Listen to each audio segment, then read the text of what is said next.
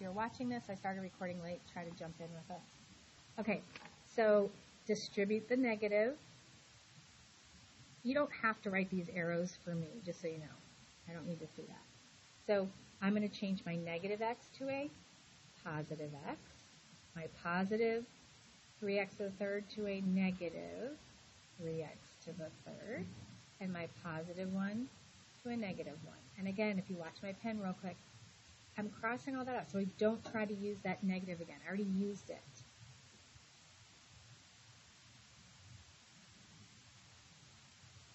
And now I'm just going to combine like terms. Again, biggest exponent goes first, then x squared. If there's no sign in front of a number, we know it's positive, plus x, and then negative 5 minus 1, negative 6. Now, when I do one more example on the next page, I will show you, like if it's confusing to you to try to do 2 steps in one, I'll show you how to do it in a little bit more steps in a second. Yeah.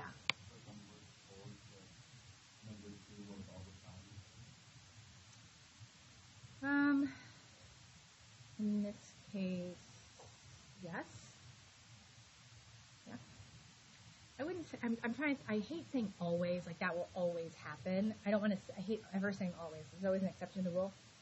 But just remembered, you won't always have like this one and then this one. Just, I wanted to make a point that the order matters with subtraction, okay? But yeah, I guess it would be, but just opposite signs. But you're typically not going to have them, like both problems in the same thing, like one or the other.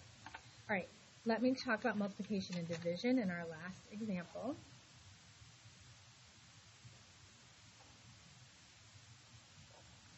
Now, yesterday I gave you a factoring review. When we have to multiply with x's, a lot of times we're going to get a quadratic. I don't know where this problem came from. Let me give you a second to write it while I look for something. I feel like the problem doesn't look right.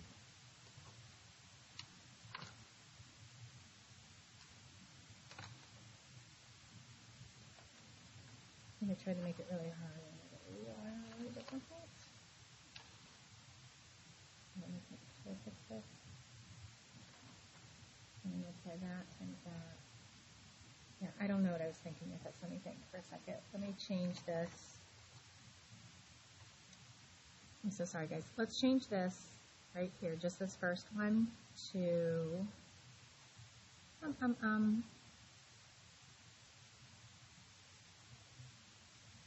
just change it to that. Okay. So and I'll tell you what this domain business is about in a second. Remember I was saying what the denominator can never be 0? That's what we're talking about with domain. But let's do multiplication first, and then we'll come back to it. So you see the dot, that means multiply. So f is 2x minus 4 times negative x plus 5. So this is just FOILing, guys, or distributive property. We start with the first, and we're going to do that times this, and then we'll do the same thing with the negative 4. But just focus on the 2x first. So 2x times negative x is negative 2x, add your exponents, squared. 2x times 5 is 10x. Done with the 2x. We'll do the same thing with the negative 4. Negative 4 times negative x is positive 4x. And negative 4 times 5 is negative 20. Most of the time when you FOIL or distribute like we just did, you'll have 2 terms that can be combined. Not always, but a lot of times you will.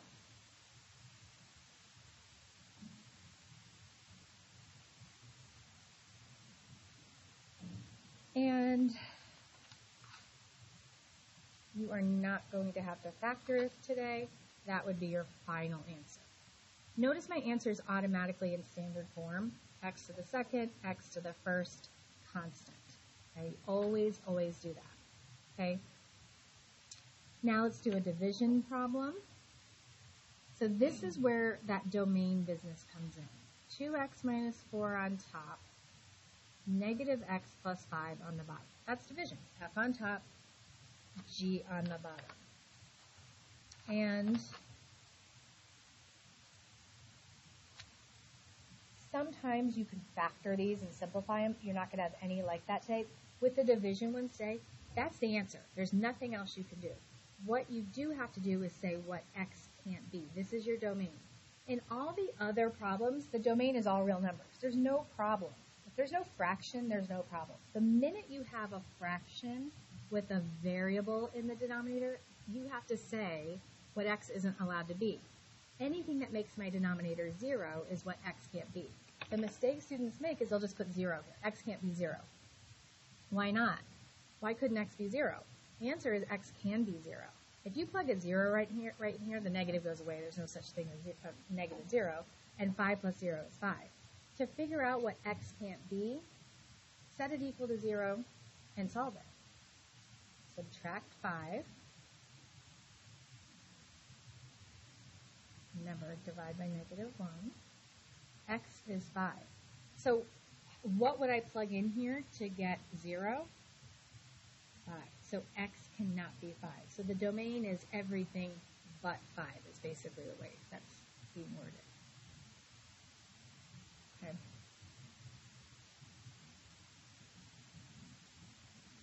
Now, if you wrote down the homework assignment, I'm going to do some with you, don't worry.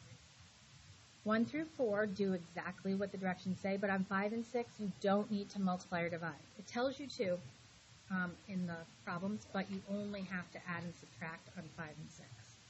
Okay? So let me start with number 1 with you. Yeah.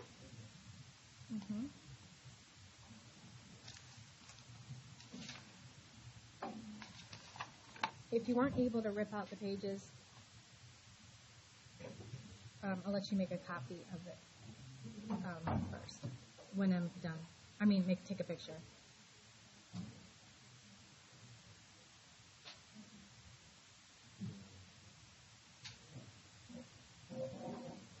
Okay, so if you're looking at number 1, here's f of x, here's g of x.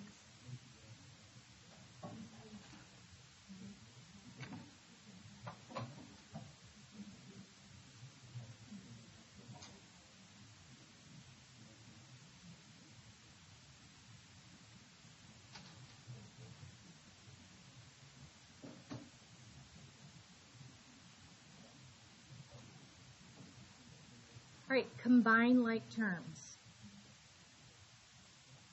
This was f of x, this is g of x. And so I'm doing f of x plus g of x.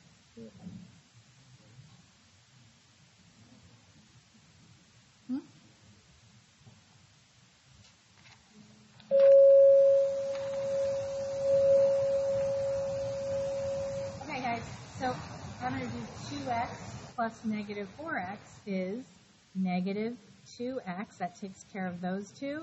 And then there's a plus 5. That's the answer. Negative 2x plus 5. That's it.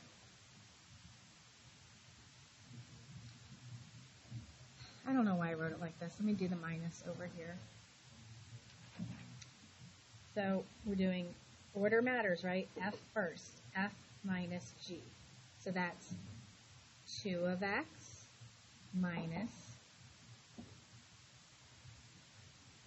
g of x.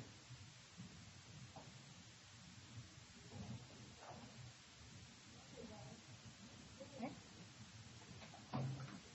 Distribute the negative.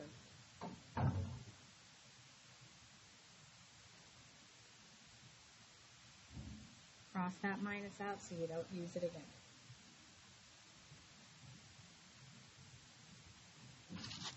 So now I have 2x plus 4x is 6x, and then minus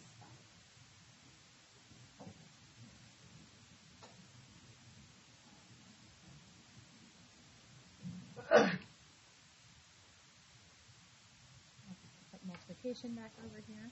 So multiplication, the order doesn't matter for that either, right? F of x times g of x.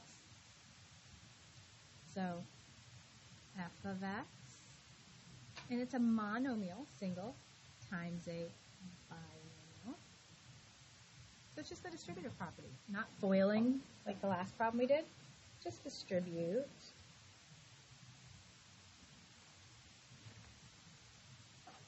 So 2x times negative 4x is negative 8x squared. Remember, add your exponents. And 2x times 5 is 10x. Notice every single answer before I box it and making sure it's in standard form. You can always change it if it's not.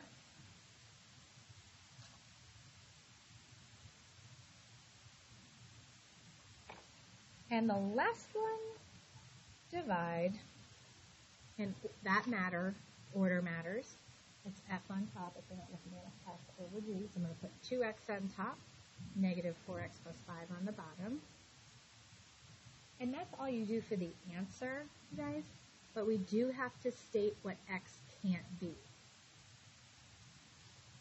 So if I set that equal to 0, that will tell me what x is when you want to get 0 over here. So that will tell me what x is not allowed to be.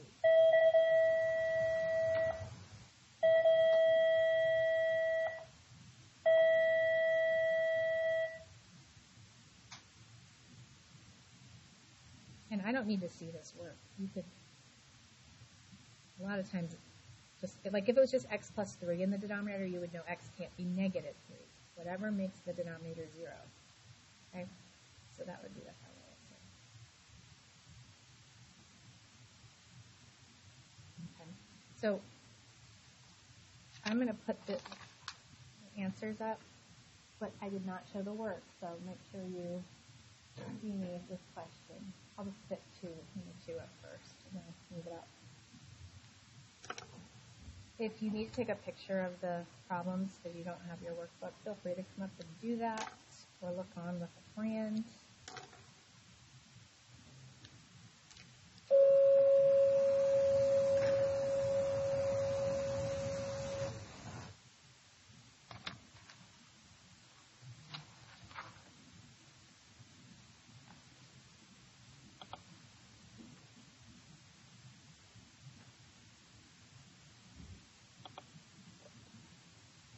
Remember on 5 and 6, just add and subtract. You don't have to do all 4.